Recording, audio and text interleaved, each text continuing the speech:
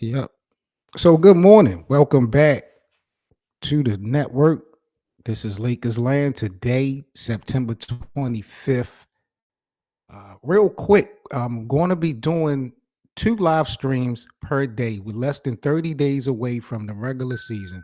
So I'm going to be doing a morning stream, really focused on the players of the Lakers, the development of the team, the state of the franchise. We're going to be locking into that every morning on a live stream. And then in the evening, we'll kind of chop it up and discuss all of the news that happened around the Lakers for that day. So be on the lookout as you are part of Lakers Land for double the live streams as we get prepared for the opening night versus the Warriors on October 21st. But first things first today, this morning, I wanted to have a conversation about Gabe Vincent, our combo guard, our streaky combo guard, Gabe Vincent. I don't think I've had a lot to say about Gabe since the offseason. Uh, but I wanted to have a conversation about him because I'm gonna be honest, you know, and I want to start this off with a term that every real basketball fan knows, and it's called microwave score. What do I mean by a microwave score? Basically, a microwave score is a guy who can come off the bench cold, heat up real quick, and has the potential to change the energy of the game with like a scoring burst. To me, that's Gabe Vincent. At least looking at last year and in Miami, that's Gabe Vincent in a nutshell. But the reality of it is, to me, the Lakers are going to need way more than just a microwave season from Gabe Vincent. If he's going to be a Laker, they're going to need an oven. They're going to need somebody to be reliable, ready to cook all game long.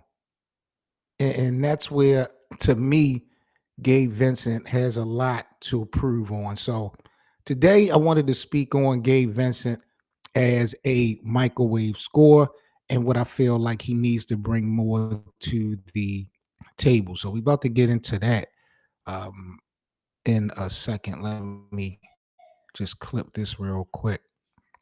When I take a look at Gabe Vincent's numbers, because y'all know at one point I was done with Gabe Vincent. I was asking for trades like last year, 2 years ago, maybe. Like coming from Miami, I thought that was just a Cinderella story. He did not earn any respect from me personally at first in a Lakers uniform. I was not jacking Gabe Vincent, but he has grown on me. I'm not going to sit up here and front. And I did see some improvement just from my eye test last year watching him with the Lakers. When you look at last year's numbers, Gabe, I think, averaged what, 6 points a game last year. He shot about 40% from the field, 35%, if I'm not mistaken, from the 3-point line. It was respectable on paper, but it's like, bro, when you peel it back, it's the inconsistency that kills me. One night Gabe Vincent looks like a flamethrower. He hitting 4 straight 3-pointers. He's swinging the momentum like that win that the Lakers had over the Knicks. And then you blink and he turned around and it's like he give you 2 points for 1 for 7 shooting in the playoffs. Like that kind of swing to me is a killer for a team that has championship expectations, especially when you got a guy like LeBron James who window is closing and you're trying to build a real culture that Luka is going to want to continue to embrace for a long time. So, it's interesting to me when you look at the numbers of Gabe Vincent. It was respectable, but I need more, to be honest with you. I I don't know. Are y'all big fans of Gabe Vincent? My boy Bit in the building. Bit, are you a big fan of Gabe Vincent? Because here's the thing. And I could have the numbers wrong, but we brought Gabe Vincent in on a 3-year, I want to say $33 million contract. because I think we had to pay him like $11 million per. So that's not minimum contract money. In a way, that's investment money. I think Rui is only getting 12 million. You don't pay a guy like that just to be a streaky shooter. You need him to be like a rotational lock piece. You know what I mean? Like a defensive pest, which he can be. He does bring a skill set defensively to the court that is going to be useful, I believe, to the Lakers and has been in small sample sizes. But Gabe Vincent at the least has to be a stabilizer when Luka or LeBron sit down. This team is a good team to me on paper, but I'm gonna just be honest. It's something about this roster that's just unproven to me from the coach on down. Taking out LeBron, taking out Luka. I know the core with Austin Reeves and Rui, they've been playing together with LeBron for the last 4 or 5 years. But it's just something about these guys that have not been proven. I mean, really, I feel like everybody has a chip on their shoulder, rightfully so. Dalton Connect, Bronny James has something to prove. DeAndre Ayton has something to prove. Marcus Smart has something to prove. I'm pretty sure Jake LaRavia is looking to make a name for himself. Everybody has an ego. You understand what I'm saying? And I hope a new coach in JJ Redick can find a way systematically to optimize these guys in these lineups and these rotations to benefit and, have the Lakers being real serious competitors in the playoffs. But getting back to Gabe Vincent, don't get me wrong. I respect his grit. I respect his grind. Gabe Vincent doesn't back down from pressure moments. I salute him for that. He step into a playoff game. He can knock down a big shot. I feel like he got ice in his veins when the momentum is swinging in favor of the Lakers. Like when we down and need a shot, I don't know about that with Gabe. When we up and looking to close the door and Gabe open to keep the momentum going, ice in his veins. That's the microwave side. The Lakers don't just need a quick burst off the bench. They need some sustainable scoring. They really do. I'm not putting a bulk load on him, but we're just talking about roles and responsibilities of these guys with this kid. They need to they need Gabe Vincent, in my eyes, to read the floor better, make more intelligent passes. I think Gabe defending without fouling is only going to be a plus, but I don't have a lot of bad to say about Gabe Vincent defensively. So he's too good in my eyes to be this inconsistent. Maybe it was just under Darvin Ham that thing just didn't work right. So I want to give him the benefit of the doubt because what I've seen last was decent. But nobody on this Lakers roster is untouchable. We talked about that time and time again. I'm pretty sure, depending on what if a trade is done, there could be a package set up that would include Gabe Vincent. I don't want to really look that deep in the future in the next coming weeks when we're talking about these players for the Lakers. I don't want to already ship guys out the door. We have them under contract. We're about to go in training camp with these guys, the Dalton Connects of the world. I know people feel like he's about to be traded as well. Rui Hachimura could be traded as well. That's just not the case right now. Hang tight. Let's actually see what we have. Let's just analyze what we have, what we're paying for. We can talk about trades and all that in the future. But right now, I just feel like, Gabe Vincent is too good to be this inconsistent. And again, I'll give him the benefit of the doubt. He was one of Miami's playoff X factors not too long ago. He showed the NBA that he can hang on that big stage. But again, I don't know if that was a Cinderella moment or not. I've talked about that. So with me, y'all, Gabe Vincent is absolutely a microwave scorer. He can heat up in a hurry. He can flip the game on its head. But this team don't need that. I don't think it's enough. This is not the Miami Heat. Um, we just need some stability from Gabe Vincent in my eyes. About to reach out. I see my boy Bit in on stage. Let me get Bit's opinion on Gabe Vincent. Bit, what's that word, G? Oh, what's up, bro? What's going on with your family? Nah, shit, man. I just woke up not too long ago. No, I had to come tap in. Oh yeah, man. Appreciate you as always, man. I got up, getting some things going. I'm talking right now about Gabe Vincent, as you know, and just focusing on things that I feel like could help these guys better while they're under contract with the Lakers. And I'm looking at Gabe as really being a microwave scorer, but feeling like this team, even though our roster on paper looks decent, I feel like we're going to need much more than that from Gabe Vincent. What's your stance on Gabe going into this season? I feel really the exact same way.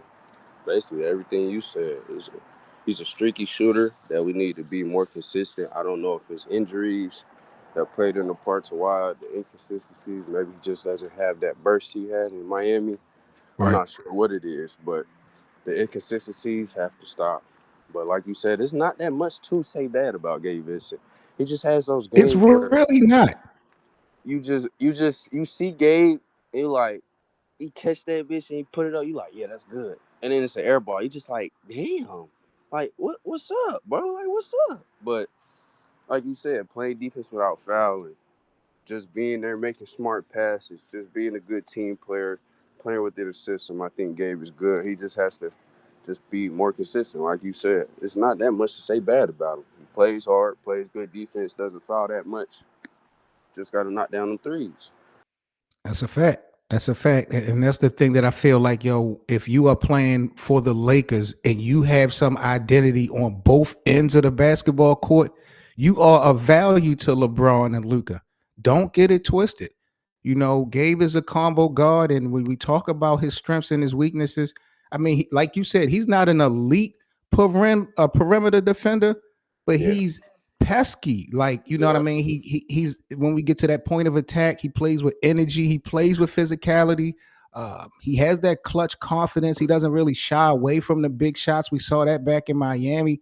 Even when he's been cold for most of the game, you know, he still has that fearless trigger finger. So I kind of respect him for it. I just don't want it to cost the Lakers games. But, you know, I respect the confidence. And, you know, when we talk about Gabe Vincent's off ball shooting, for example, I think he spaces the floor pretty well, especially when it comes to the corner spots. Um, and he yeah, doesn't need the ball in his hands to contribute to this team. I just need to see stability from this boy. That's it. yeah. Especially that stretch where I think AD got traded. Luca wasn't playing because he was getting acclimated with the team. I think that was probably Gabe Vincent's best stretch of basketball because he was hitting the three. I'm talking about he was hitting it well beyond the 3 point line. I'm talking about Word. okay, Gabe, like this what we doing now? So we get him. We don't have to be Miami. Just knock down the ones that we need. We don't mind you missing a few shots, trying to create your offense, and that's another thing. I think it was basically injuries, more of the part to where he couldn't get back to what he used to be. Because we Mhm. seen him this year try and create a little more, get to the basket, do things of that nature. So maybe it's coming back slowly. And plus, we seen Gabe Vincent out there with Luca, supporting him in Euro basketball, supporting him when he got his new deal, all that stuff. So him being close with Luca, I think that'll build a good chemistry. You know, Luca like to find his shooter, so just knock his shots down. I think his limited playmaking, his limited opportunity with Darvin Ham, it was just weird, bro. He's not a true point guard to me. He's Yeah, only averaging under 2 assists per games. You know, I think Gabe Vincent, when we talk about weaknesses, he does struggle to create offense um, other than like simple reads. But yeah. I just feel like he needs more opportunity, but he needs to show why. Right. respectfully. That's what I was saying. That's what we've been talking about with this bench unit. What are we gonna do? We have a we have a we have a solid amount of depth, but it isn't the best. So we got Cleaver, Hayes, Vando, Marcus Smart, Bronny, and Yep. Gabe. So who are we gonna play along with Jake Laravia and Don Connect? So we got a solid amount of depth. It ain't that much defense, but when Gabe gets out there with the second unit, just be consistent, be productive. If you got your man beat, take it. If you got the shot, take it. Don't be out there playing scared, trying to get other people the ball. Play your game. Right. I think he'll No, be that's good this year. I think this will be if he gets the minutes. I think he'll have a bounce back year because it's due time for him to have a bounce back season, like a solid season all the way through.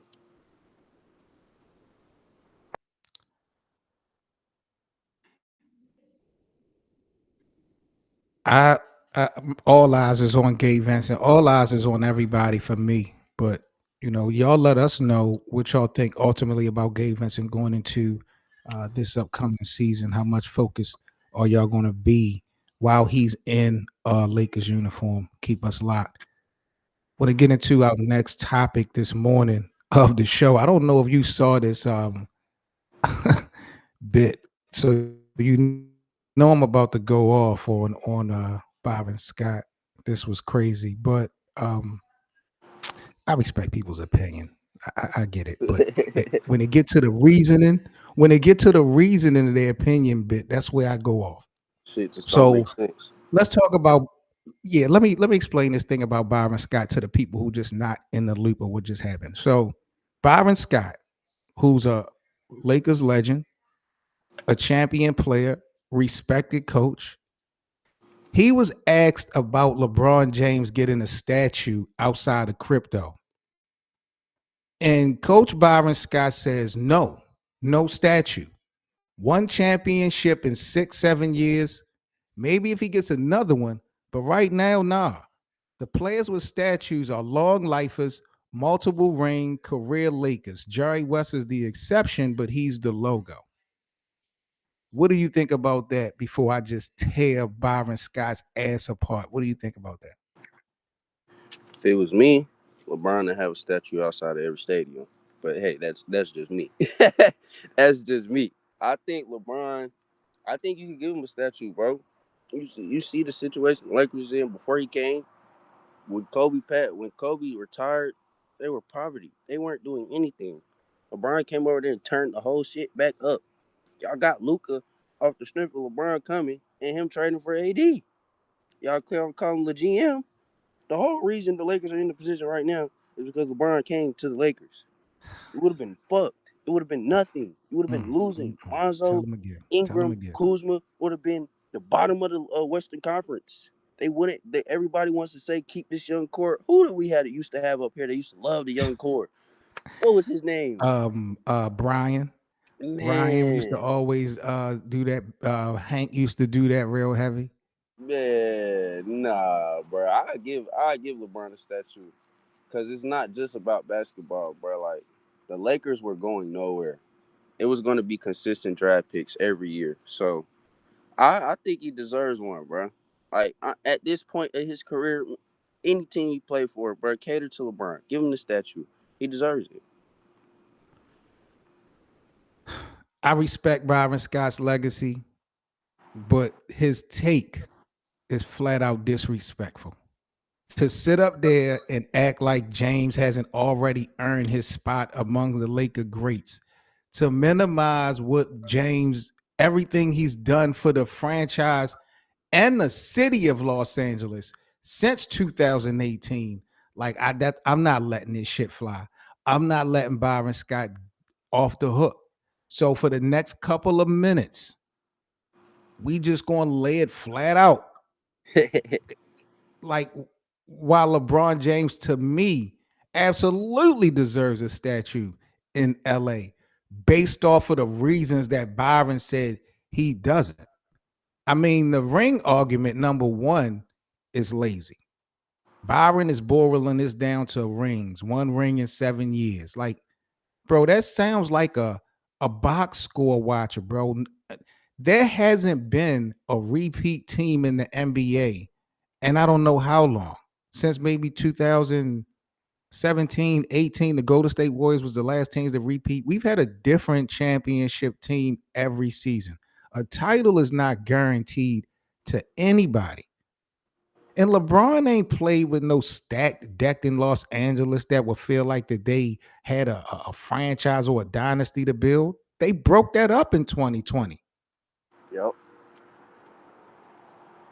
On top of Then injuries. then you talk about years. Years in LA because Shaq played a bunch, because Shaq played some years, Kobe played 20 years. I think Magic played what, 14, 15 years. Brian played what? At least like 8 now in the LA, right? LeBron played 8 and 9, but bro, you can't blame LeBron for not being drafted by the Lakers. Like, now you want to be so petty and hold it against him. He didn't have a, there was no path for LeBron in LA earlier. There was no point in having LeBron in LA earlier. So why are we vilifying or holding that against him because he wasn't drafted? You don't control where you go for the most part. Right. So to vilify James because he isn't a lifer like Kobe and Magic, to me, is bogus. When you can bring impact to the argument. No disrespect what Magic was and no disrespect what Kobe was. LeBron would never be, I don't believe, to LA what those guys are. We knew that coming in. That's not even the point. That's not even the conversation. Right. But to vilify him and keep him away and keep him out of conversations for things that's not controlled by him, that's bogus as hell. So what? He ain't played for the, it's a bunch of guys that's probably played for the Lakers for years and ain't did nothing for the city. Ain't did Right. nothing for the organization. Like Bit said, this team was about nothing before James came. After Kobe left and when James came. Nothing at all. A mockery, bro. It's the Lakers. And y'all out here going 17-65. Like, come on, bro. Then it's more than basketball, bro. Like, the off the court stuff matters. Like, you can't just ignore that, bro. Like, it all matters. The comments that I see as a Lakers content creator and a podcaster, the comments that I see Bit on the daily about the hate that Laker fans have for James is just unbelievable, bro. You really would not know that LeBron played for this team the way fans are so tired of him. And they act like he did nothing for this team. They act like he did nothing. The bubble ring People will say is with a finishing. straight face that the LeBron Laker experience was a failure.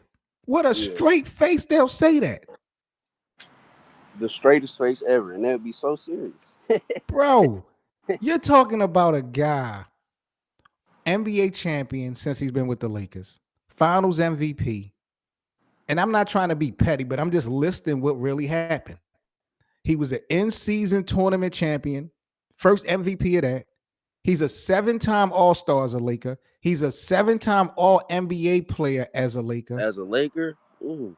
He was a 2020 assist leader. First time in his career, he led the league in assists. It was in 2020 with the Lakers. He became the NBA's all-time leading scorer, taking Kareem's, in a Lakers jersey. He just passed 50,000 points when, he about, like, come on, bro. Like, it's just so disrespectful for the reasons that Byron Scott gave to say that Braun don't deserve it. Pat Riley about to get one, ain't he? Ain't Pat Riley Yeah. getting a statue this year? Yeah, I think so. And then what Bit said earlier. Don't even get me started with what Bit said earlier about the things off the basketball court. The Lakers brand since 2018 when LeBron hit the scenes, the ticket sales, the global reach. I know the Lakers is a winning franchise historically, but wasn't nothing lit about the Lakers at that time. James revitalized this brand, bro. Ticket sales, the jersey sales, bro, everything exploded. He made the Lakers relevant to a new generation of fans who never saw Showtime or Kobe in his prime. It was something new. It was a breath of fresh air. Wouldn't been no Anthony Davis in Los Angeles if LeBron wasn't there. Wouldn't Nope. been no Title 17 if LeBron wasn't there. Nope. This is called organizational value creation. On and off the court, James' impact has been franchise altering, bro, for more than one. You can't write Lakers history without LeBron no more, in my opinion. I think that's territory for a fucking statue, bro. I'm just being honest. Yeah, I don't. And then once you get to break it down, like the actual runs, like we were losing to the champion or the runner up almost every year except for last year and 2023. I'm pretty sure when Denver lost to Minnesota and Luca beat them. Last year, Yeah, last last year. year. So, like, how are you saying it's a failure when we're losing to the champion or the runner up? And on top of that, we had injuries. Like, I know injuries come with it, but the team that we had, if LeBron or AD was hurt, we're fucked. The year Phoenix beat us, we were literally going to beat them if AD wasn't hurt. There was going to be another championship run. So it's like nothing about this run is a failure. You seen a 38, 39-year Brian, 38, 39-year-old Brian average 30 on the back end of his prime, a whole season. And then another thing, Byron Scott brought up Jerry West as being the only exception. Bro, let's be real. James is the ultimate exception. I don't care about no damn logo. James is just not no another great player. He's a generational icon. You don't apply that same, You can't do that. Can't do that. bro. Jerry West was Jerry great, West, bro. bro. He was great, bro. But LeBron, I can understand like those was peak Jerry West years, so I can understand why you give him the edge. But bro, come on, when you factor in everything, not just on the court, Jerry West wasn't doing what LeBron was off the court, and that's no knock to Jerry West. It's just different times. Like LeBron James is the only player bit in NBA history with 50,000 points or about to get to 50K if he ain't got it already. I got to look and check my homework. James is the only one to dominate in year 22 at the level that we saw in year 23, about to be the same. He's the only player to ever elevated three franchises to championships. That only right player. there, that is called outlier production. And when you're an outlier, you don't follow the same rules. You get a statue. Period. Period. I don't know what Byron Scott is talking about. He's very disrespectful for this nonsense. Didn't he coach LeBron?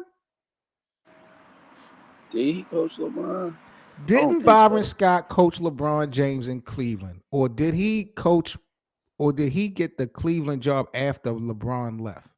I think he got it. I think he got it after. I know Byron Scott was coaching the Lakers for a little bit, but I don't think he was coaching LeBron. Gotta look that up for sure. Yeah, maybe Byron Scott was coaching the Cavs after LeBron. Look, again, I respect everybody's take. If you feel like James does not deserve a statue with the Lakers, cool. I'm not going to beat you up for it. I'm not even going to argue a debate. What I'm going to have a problem with is your reasoning. And Byron Scott's reasoning, his definition to me was bogus. It's bias. Yeah, I think he's a Kobe guy too. I But think he's why a is Kobe. it? That's one thing that just always killed me, bro, when it came to LeBron James in Los Angeles and Kobe Bryant. I knew coming in 2018, there was nothing LeBron James could do to supersede Kobe, the love that this community has for Kobe Bryant. Right. Once Kobe passed away, it would be blasphemous to think that James or any other player would have the impact and effect on these people like Kobe Bryant had. Kobe's a lifer with the Lakers. It was made that way. That it's in a class by itself. It can't be duplicated. It shouldn't be compared to anything, including Magic. This is something special, tailor made. I knew when LeBron first came to this organization, he wasn't going to compete. He can't compete for that type of love. That shouldn't even be his focus. His And legacy then should be his focus. And I feel like he killed two birds with one stone. He built a great resume for himself. He's still going. And he made this team relevant again, bro. Like you said. and they were disrespectful. Disrespectful when this man came to LA. They put up a mural for this man. Kobe welcomed him with open arms. They are good friends for a long time. Disrespectful. Y'all gonna go deface this man mural and he Picking just and got choosing, there bro. Picking and choosing for no and he didn't reason. have no help. It was a team full of rookies. What the fuck was Kobe doing on the back end after the Achilles? He was struggling carrying them teams. The same shit LeBron was doing. How y'all picking and choosing who y'all like? And LeBron and Kobe are good friends. When Kobe came to the games, they're hugging, laughing with each other, showing love. But y'all want to pick and choose. Oh, Kobe was here 20 years. Kobe's a four-lifer. LeBron hopping teams and nobody gives a fuck. He came to your team and won you a championship. And this is I how y'all just want treat to that have a man. I just want to have a conversation with a Laker fan, a historical Lakers fan. I want to have a real one-on-one conversation. And we can do it on the show.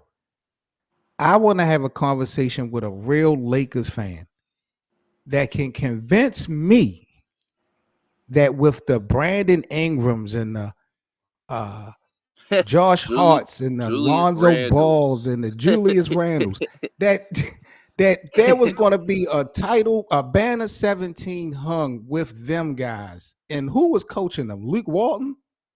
Fucking Luke Walton, first year Come on, coach. bro. I need a real historical Lakers fans to convince me that James' impact on this organization wasn't big time, wasn't box office. Because the disrespect to me is just crazy.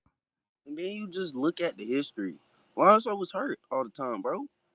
When they were on the court, it was great. They played well together. The Lonzo was history, hurt. you can look at the present. None of them niggas have won anything. None of them. Not one of those guys have won anything. Not one. Julius Randle just had his best run. Fucking 10 years later. And he's not the A side of Minnesota. That's not it. That's not even his team. He just had his best run 10 years later. Come on, brother. Like that would at the maximum that you could probably highball it. It's probably a second round exit. It is laughable to try to have a conversation with me about the Lakers should have kept that young core. Kyle Kuzma. Now I know Kyle Kuzma won with us in 2020, but just a joke. Just a joke, bro. Like, come on, bro. Back then Really? he back then he looked like something. But then as time progressed, you seen it was nothing. He looked Because like something. you actor, you can only play your role for so long. Eventually, the real is going to come out, bro. You can only ain't no future in your fronting. That's what that mean. And I just hate that time because everybody just goes to, oh, LeBron came to the Lakers and he missed the playoffs. No, LeBron came to the Lakers and he got his ankle fucking took out. No, He no, had no, a no, no. groin He injury had a that groin took him injury. He out. had a groin They injury. would He had a before he groin had the injury. groin injury. I believe the Lakers was in fourth place. Then Then they forget that Brandon Ingram got hurt as well. Kyle Kuzma and Lonzo Burke got hurt as well. So y'all just keep, oh, LeBron came to the Lakers and he missed the playoffs. Like, no, Steve, that's they're not what happened. nothing. They're, I mean, respectful. I don't want to disrespect Lonzo and them guys, but when I Yeah. look at what these guys have accomplished on these new and Josh Hart, I mean, these guys has looked good. You know, Josh Hart looked good in New York, but that's not enough when you were able to hang a banner with what you replaced it with. There would be no Anthony Davis if you would have kept them guys. We talking about benching Josh Hart ass. Thank you. Thank you. This is, and Steve took the words right out my mouth. Steve took the words right out my mouth. Shout out to Steve Go Shoot. This is exactly what I was about to say next. I didn't mean to cut you off, Bit, but I was going to say, have a conversation with me when you want to talk about guys like Alex Caruso. Those are the guys that you can tell me that impacted this organization by leaving. If you want KCP, to put the blame on LeBron, however that conversation goes, fine. But those are the type of names. Not them 2017 niggas, bro. Avery That's out. Bradley, Danny That's Green. out, bro. Like, no, bro. Like Danny Green, KCP, or Caruso. If it's not one of them, what are we talking about? They're great players, but they aren't good enough to win right now. And that's no knock to them, bro. But But them with but but LeBron, it wasn't gonna work, bro. It was not gonna work. You wanted him to carry and some weight, the guys that you named, Bit, was a part of that 2020 nucleus.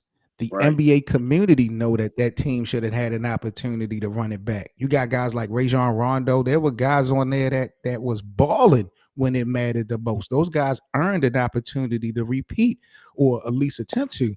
Um, them guys in 2017, even though they went on to have all-star appearances and all that playoff appearances, them guys collectively wouldn't have done nothing. Luke Walton would have never developed to be nothing. And Nothing. who was the coach after that? Who was the coach the year? Um, Frank Vogel.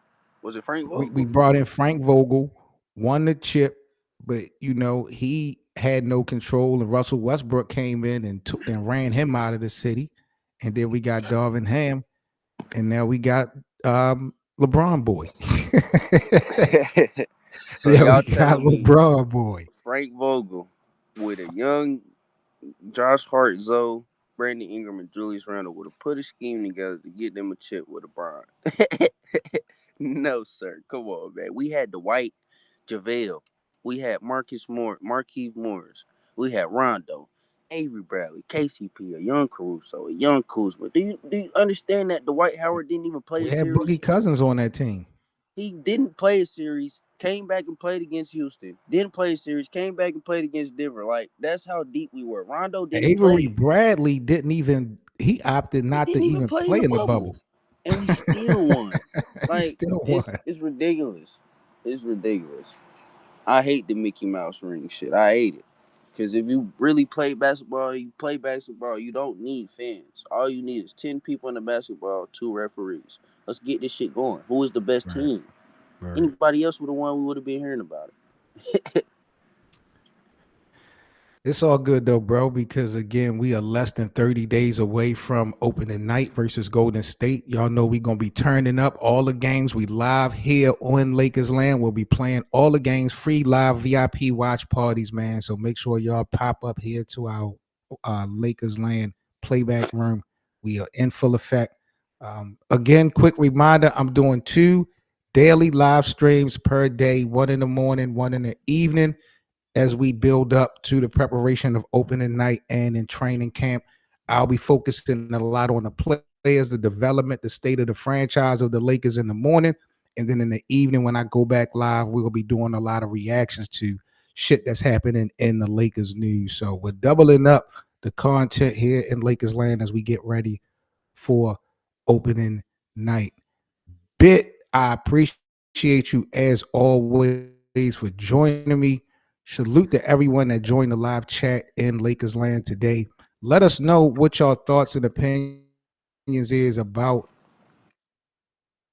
both topics. Both topics didn't earn or deserve a statue.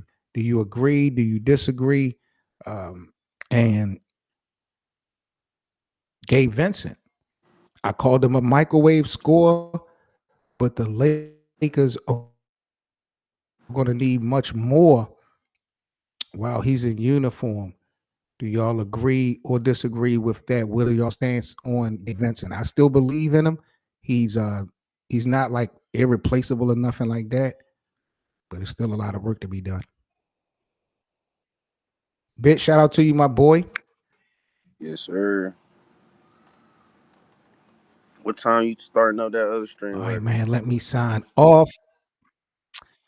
The evening stream, I haven't really figured out. It will probably be around the 8 o'clock or 9 o'clock start time. I want to put the boys down, get them situated. I usually get them situated, especially on school nights. I try to get them right by 8 o'clock.